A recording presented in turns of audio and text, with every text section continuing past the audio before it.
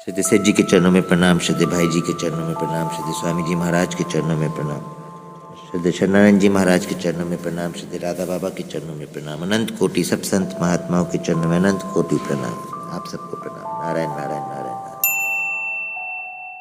क्या अपनी वासना के कारण ही भक्त भगवान के दिव्य लोक में जाता है? प्रश्न सुनिए, क्या भक्त अपनी वासना के कारण भगवान के दिव्य लोक में जाता है? क्या कहते हैं महाराज जी? अपना भाव होने पर ही जाता है। अपना भाव होने पर ही जाता है। क्यों? वो ये लोक को दिव्य लोक नहीं मान रहा है, वो इस लोक को भगवान का लोक नहीं मान रहा है, वो इस लोक को चिन्मय नहीं मान रहा है। वो अपने भाव के अनुसार ही जाता है, भाव होने पर ही जाता है, पर वह असत भाव नहीं है, प्रत्युत सद्भाव है। वो असत भाव नहीं है, प्रत्युत सद्भाव है।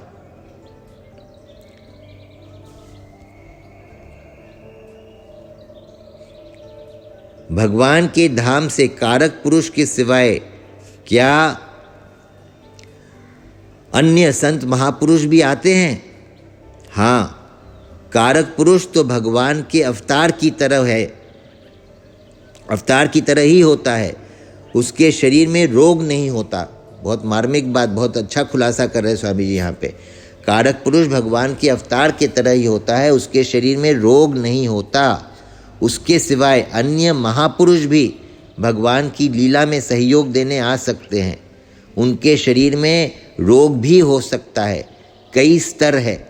जैसे कोई विशेष काम पड़ने पर सरकार वृत्ति भोग पेंशन लेने वाले आदमियों को भी बुला लेती है, ऐसे ही विशेष काम पड़ने पर मुक्त महापुरुष भी बुलाया जा सकता है भगवान का विशेष काम करने के लिए।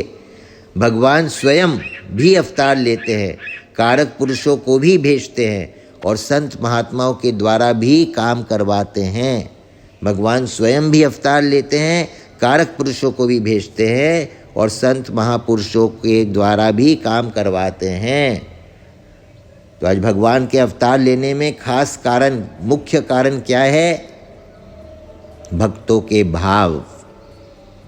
स्वामी जी के प्रवचन में बात आपको मिलेगी कि गीता जी में भगवान जो कारण कह रहे हैं, धर्म की स्थापना के लिए, अधर्म का नाश करने के लिए, दुष्टों का संहार करने के लिए, अच्छे पुरुषों की रक्षा करने के लिए, ये सब बातों के लिए केवल भगवान को अवतार लेने की वास्तव में आवश्यकता नहीं है। ये सब बातें तो साइड में हो जाती हैं। भगवान के अवतार लेने का मूल और ख़ास कारण है भक्तों के भाव की पूर्ति। भगवान अपने भक्तों के साथ खेलना चाहते हैं। भगवान संतों को स्वयं आज्ञा देते हैं, ऐसा जरूरी नहीं है। बहुत विशेष बात, भगवान संतों को स्वयं आज्ञा देते हो ऐसी बात नहीं है, ऐसा जरूरी नहीं है। भगवान जैसा चाहते हैं वैसी बात संतों के हृदय में स्वतः पैदा हो जाती है। भगवान जैसा चाहते हैं वैसी बात संतों के हृदय में स्वतः पैदा हो जाती है। संत कौन है? संत में और महापुरुष में, महापुरुष में और पुरुष में, पुरुष में और जीव में क्या कोई भेद या अंतर है? हमारे भीतर जो भी बात पैदा होती है, जब जो बात पैदा होती है, वो बात पैदा करने वाला कौन है? उस बात को पैदा कौन कर रहा है? बोलिए। भगवान के सिवाय और कोई भी बात पैदा कर सकता है? अब उस बात को हम अपनी बात मान लेते हैं तो जिम्मेदारी हमारी हो गई। और उसी बात को हम अगर भगवान की आज्ञा मान लेते हैं तो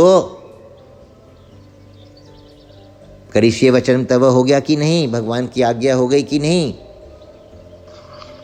अगर शंका हो रही हो, विवेक विरुद्ध लग रहा हो, लोक संग्रह के लिए गलत लग रहा हो, तो भगवान से वापस पूछो, 2 बार पूछो, 3 बार पूछो। बुद्धि को छोड़कर, बुद्धि को अलग रखकर, बिना समझने की कोशिश करके, शंका रहित होकर उसको करो। उसके लिए साहस चाहिए, उसके लिए हिम्मत चाहिए। और जहाँ पे भगवान की आज्ञा मानकर और भगवान की आज्ञा वापस लेकर करेंगे तो वास्तव में साहस और हिम्मत भी नहीं चाहिए, बिल्कुल स्वतः स्वाभाविक होगी। अंदर में कहीं पे भी हलचल नहीं होगी, भय नहीं होगा, चिंता नहीं होगी, शंका नहीं होगी, शोक का तो प्रश्न ही नहीं है। आनंद आएगा। वहाँ पे धर्म क्या है, अधर्म क्या है, सही क्या है, गलत क्या है, कर्तव्य क्या है, अकर्तव्य क्या है, ये सब प्रश्न ही नहीं उठेंगे। नारायण नारायण नारायण।